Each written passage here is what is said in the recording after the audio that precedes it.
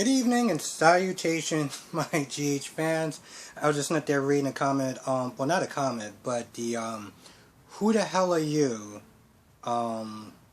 video from GH. But, yeah, let's start off with that. Let's start off with the meeting. Let's start off with just exactly how petty some people were sitting there acting during this meeting. Okay? And this is after Michael walks up and he was like, no offense, but who the hell are you? Dude, really? After that, they get to talking, and automatically, Ned, it just, listen, I get, there's a fine line between trying to protect the family and trying to make sure that, people who are, people say they are who they are, and I get that. But for some odd reason, it just came across as like Ned was just being ridiculously petty. Like a 10-year-old child that was mad that somebody else, might be playing with their toys or something. That's how he was acting throughout that whole meeting. There's one point when Austin's not there explaining who he is and his connection to the family. And out of nowhere, Olivia is pretty much like, oh, the bastard child. And I'm like, the hell is... Like, first of all, where did that come from? Everyone looks at her like, yo, what is wrong with this chick? And at first she's like, oh, well, I don't really pass any judgment or anything like that, being a second mother, blah, blah, blah, blah. And then she looks around, she's like, what? Like, she didn't understand what she just said. And it wasn't so much just what she just said, it's just like the random outbursts that just happen out of nowhere. I'm still thinking about that, like, where did that come from, and why would you say that? And of course, Brooklyn throws in her 2 cents because, can't be a scene without Brooklyn throwing in her 2 cents. And of course, Austin's not there saying that, saying that she's pretty much coming across as a very privileged child. But just this whole meeting just came across like, no, they're talking about, I guess, like, something to will that prevented a certain level of family, a certain amount of family from, being involved in the Quartermains or whatever, as far as the shares and stuff like that. And of course, Ned kept sitting there saying, no, he can't sit there and do this. He doesn't have a right to this because... I was like, my God, you are petty as... Like, really, bro? I don't know. It's just, like, the whole thing after a while was like, wow, it's just... And of course, Michael's not there trying to be the more reasonable one. Like, yo, listen, let's check out these papers, and then we'll go from there. But of course, since Valentine is still acting CEO, he's like, yo, listen, we can't do this right now. We can't vote because everything's in flux, and he may actually have a right to these shares and stuff like that. So we can't do anything until we get this resolved. So Valentine leaves. And by the way, Valentine was just funny as hell because everyone, they sit there arguing and stuff like that, and Valentine just sit there, just smile. Honestly, to tell you the truth, the only thing that would have been better if he would actually have popcorn. If he would just have popcorn, then he could just watch this whole thing like a show. And pretty much Austin just came in there like, yo, listen, I'm not trying to like take anyone's place or anything like that. I just want what's mine. That's it. I'm not trying to take your stuff. I'm not trying to play with all your toys. Like, just relax. And, he left, and they're just all standing there. And I think Olivia said something else, and I was like, Olivia, shut up.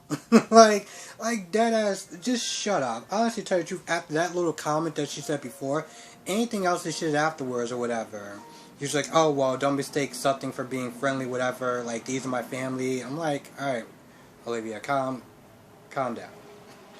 Calm down.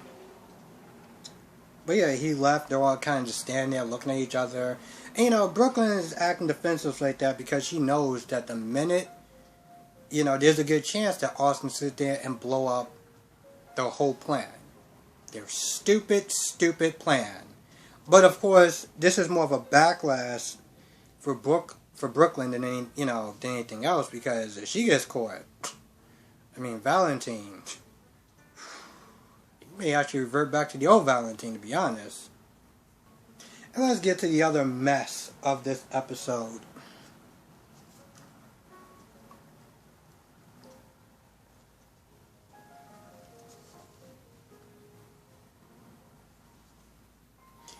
And that is the Maxi and Nina portion of it. So, pretty much from yesterday, she starts going off with the crazy talk. At one point, she's sitting there talking, and honestly, to tell you the truth, this is why it literally made this whole scene boggled me. Okay? She starts off with the crazy, well, she continues from yesterday with the crazy talk about how stealing the baby really wouldn't be stealing him, and, he'll be back, she'll be back home or something like that, and I was just like, what the hell are you talking about? And Nina just kind of stood there and looked at her like, and of course Maxi's like, I know you're sitting there looking at me like I'm losing it. Yes! Because you are losing it! And she's trying to justify whatever BS that's coming out of her mouth, and I'm just like, alright, Maxi, in cases like this, I'm just gonna treat you like a 4-year-old that's crying and crying and crying until eventually they get tired and they fall asleep. And then I don't have to hear it anymore. But then afterwards, Maxi tells Nina everything. About Brooklyn not, actually having a child. Valentine falling more in love with that child, bonding with that child each and every day. All of it. The reasons why, Peter, everything. Now, at one point, Nina was like, because at first Nina was like, does he know? And she was like, no. And Nina was like, so you're just going to let Valentine just bond with that child and just get more closer and closer, and then one day you're just going to, pull the rug under from him? And, like, really? And at one point, Maxie was like, well, I don't really give a damn about him, and da-da-da-da-da. I'm like, okay, you know what? Your plan was stupid from jump. So, I get where Maxie's trying to come from as far as, like, the baby and stuff like that, but I'm like, the fact that she seemed like she just had zero F's about Valentine's feelings and what that would actually feel like, it's just like, wow, Maxie. Wow. But then Nina was like, why don't you just tell some people? Why don't you just tell Valentine? You told me, you tell Valentine, Brooklyn knows, we'll sit there and stand with you. And I'll also tell you, somebody on the comment section said the same thing too. About just telling some other people, and this way they can sit there and be ready and, be there for Maxine the baby. And, like Nina says, stand up for her like an army. Of course, Maxie says something that was just like, alright, we're not doing this because of the plot. That's pretty much all I heard. I heard her reason of why she said it, but all that came out of her mouth was plot, plot, plot, plot, plot, plot, plot, plot, plot. Okay. Alright, cool. So, the woman that I don't even like is making hella sense in this scene. And you're just like, I can't ask anyone else to sit there and sacrifice himself for me and stuff like that. Okay, alright. That makes zero sense, but, it's about the plot, right? Okay, cool. So, Maxie sits there and says that, with everything that's going on, she's going to sit there and leave. We see in the preview, she's going to sit there and talk to, I was going to sit there and say her real name, Sophia, Sasha, about her stepping back from the company, aka leaving for a couple of months. So, yeah.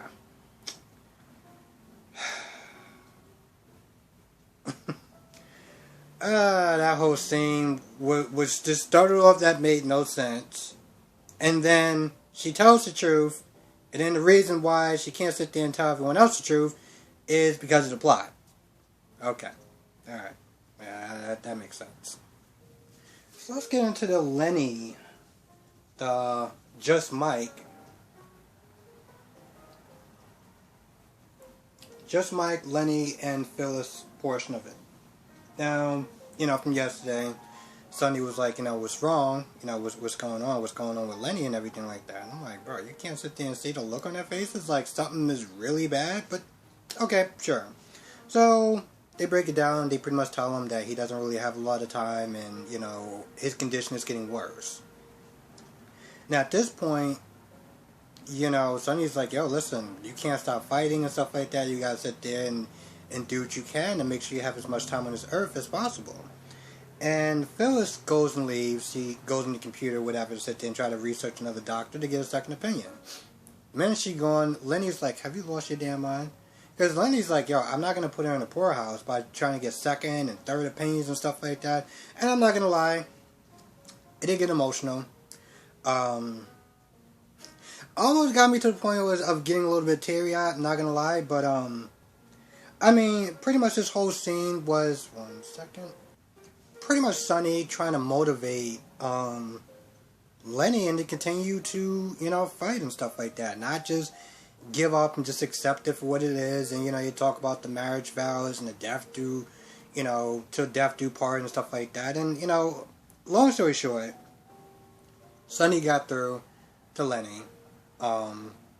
Because when you really sit there and look at it, the only person that can get through a stubborn person is another person that's just as stubborn.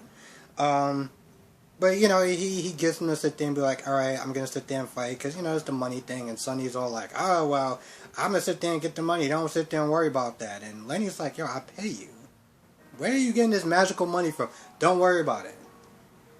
Well, that's actually going to make me worry more, because I'm not going to pay you anymore, and, unless you plan on robbing a bank or a couple of banks, I don't really know what you plan on doing, but okay, sure, Sonny, you're gonna get the money from somewhere. But Phyllis comes back and she found the doctor in New York, so they're gonna go down there.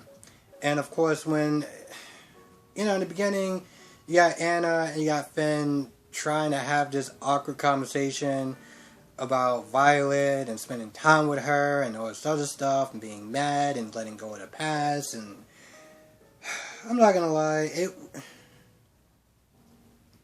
it really wasn't that interesting. I feel like the only time it's really gonna sit there and strike a chord is if you have been trying, like if you've been in that situation when you're trying to make something with your ex work as far as being friends or being cordial because you still have people that you're connected with. Other than that, you're just going to be like, alright, so when is this scene going to pass? But they do get to a point where, Anna talks about tracking down the pilot and stuff like that. And of course, Finn is not there sweating bullets because, kind of accidentally killed Peter. And of course, they're not doing anything to try to move the body or call help or anything like that or confess. But at one point, at one point,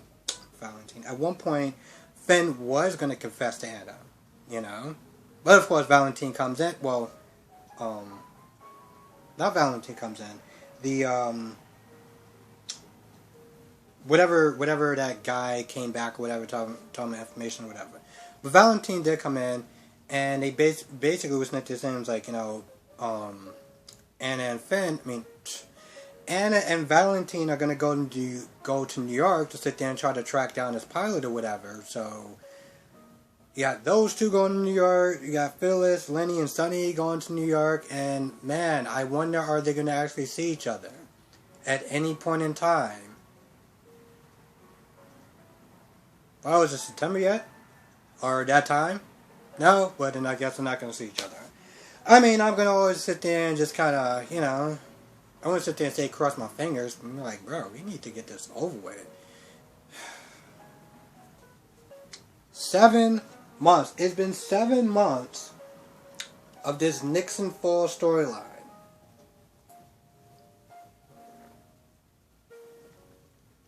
It's been 7 months since this awkward shift in the storyline. It's been 7 months since the people who love Sonny, as far as the fans and stuff like that, and the way the story is going, has not seen Sonny, been Sonny, in 7 goddamn months. I'm gonna stop. Just stop.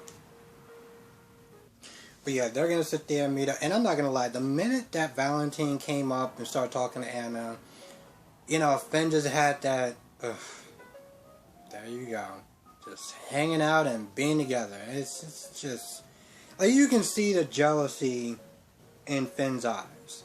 And I'm like, bro, to an extent, you are the one that did call it off. And while you had every reason and every right to sit there and call that off because of everything that happened as a result, as far as Peter being by Violet, which, by the way, I know he kept saying, like, oh, you had dangerous Peter by Violet. I'm like, bro, seriously? I mean, listen, Peter may be a lot of things, but somebody who does harm to children, like, physically, no. So I don't even understand why he keep bringing that up. But the point is, he had valid reasons for being upset with Anna. With that being said, he practically, in a lot of ways, kind of kicked her to the side. You don't get to sit there and play the jealousy card at the same time. You can't have it both ways. That's not how that works. But, you can see the jealousy in his eyes, so it's going to be interesting. And, of course, Valentine's going to sit there and try to get with Anna, and Anna's going to sit there and try to push away because I don't really know at this point. I think the last scene is with Nicholas. Yeah, Nicholas, Laura, and Spencer comes back. They reunite. They hug and everything like that. And it seems like everything's all good and well. And then Ava comes in. And then it's just this tension all over again, you got Ava sitting there trying to be cordial to Spencer, and you pretty much got Spencer acting like a dick.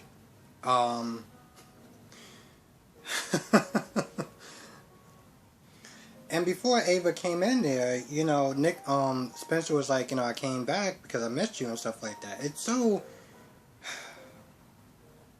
I guess it makes sense to some extent. I don't know. See, he looks like he could be his father. And I'm glad that they finally age appropriated him right. But, I don't know. I guess seeing them so next to each other, it's just like, bro, did you have, did you have that child when you were 17? Like, I don't know. It's just, maybe it's the fact that he's so tall, maybe?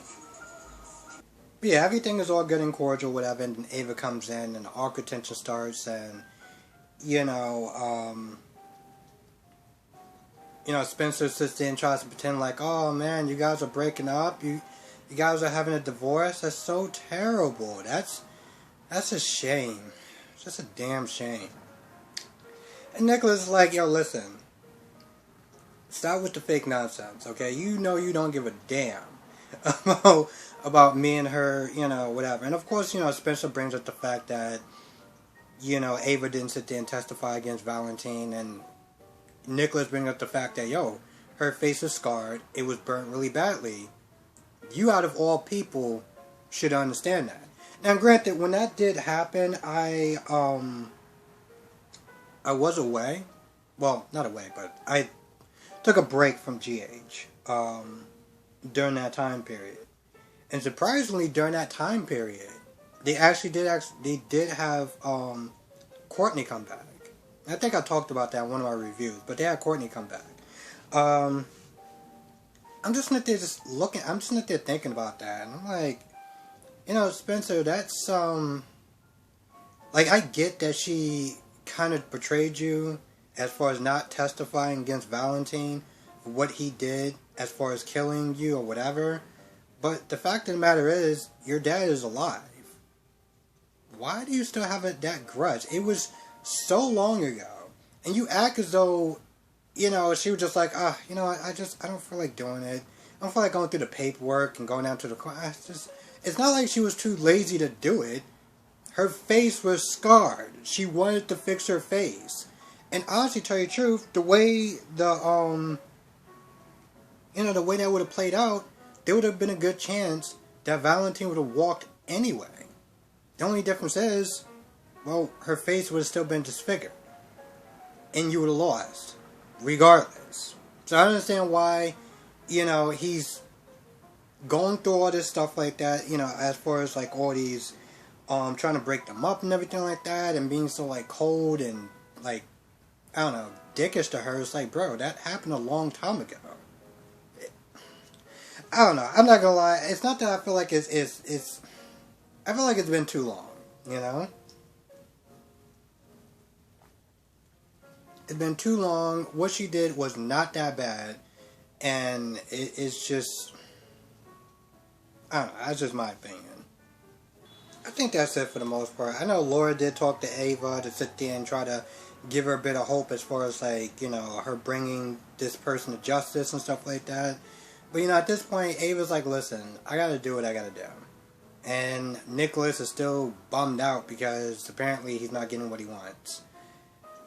You know, honestly, to tell you the truth, I'm not gonna lie, I just so don't care about Nicholas and his petty controlling feelings as far as like, oh, we could just run away together, you know, you could still be with me. We're not gonna let this person win, like. And of course, I love when Ava gave him that same question back, and Nicholas couldn't respond. I felt like at that point he should have understood, but instead, well, he pretty much acts like the privileged prick that he is, so, there you go. Anyway, with that being said, I feel like that's about it. You know, I try not to get too repetitive as far as practically saying how much, not that the Sunny side story really sucks so much, but that it should be over. You know? Because it feels like in some ways you're watching two different shows. You know, you got Sunny and his stuff that, besides Nina, isn't really a connection to everything else that's going on. So it's like it really do feel like it's a side story. And every time I see Sunny, or I see the promos and stuff like that, or, you know, I see, you know, the previews for the next episode, and I see Sunny in there, I'm just like, ugh. And granted, that's among one of my favorite characters. So for me to sit there and have that reaction, it's just like, yep, it's Sunny and his stupid side story again. That's just great. That's awesome. I don't sit there and try to be repetitive, but it's just like, I can't help but to be like, ugh, really? Anyway, with that being said, I'm gonna go. I think that's pretty much about it. If I missed anything, write down in the comment section below. Thank you for watching. Be safe. I will see you in the next video.